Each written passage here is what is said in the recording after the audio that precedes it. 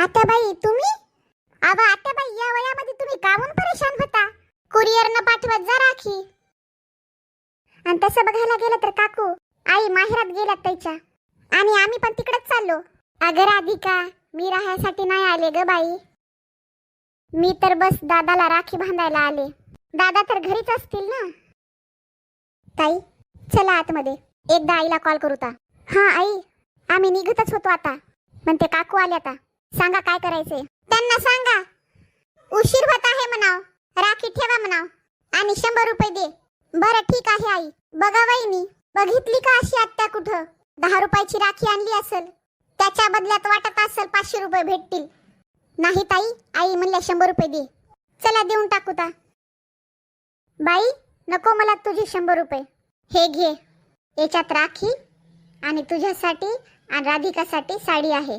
आत्याबाई फक्त घेण्यासाठी येत नाही बाई, आत्याचं पण घर असते हे.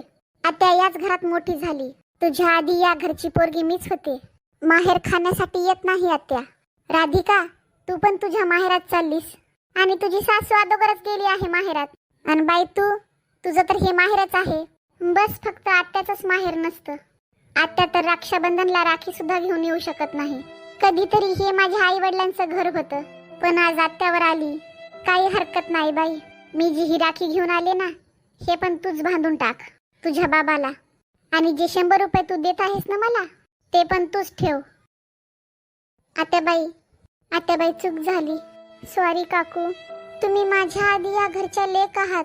काकू, आम्हाला ते उशीर होत होता ना, तर त्यामुळं आम्हाला माफ करा काकू. पहिले तुम्ही राखी बांधा, मग नंतर जातो आम्ही. अगं राधिका, असा माहेरामध्ये लेकीचा अपमान झाला ना, तर मग लेकीची इच्छा नसते.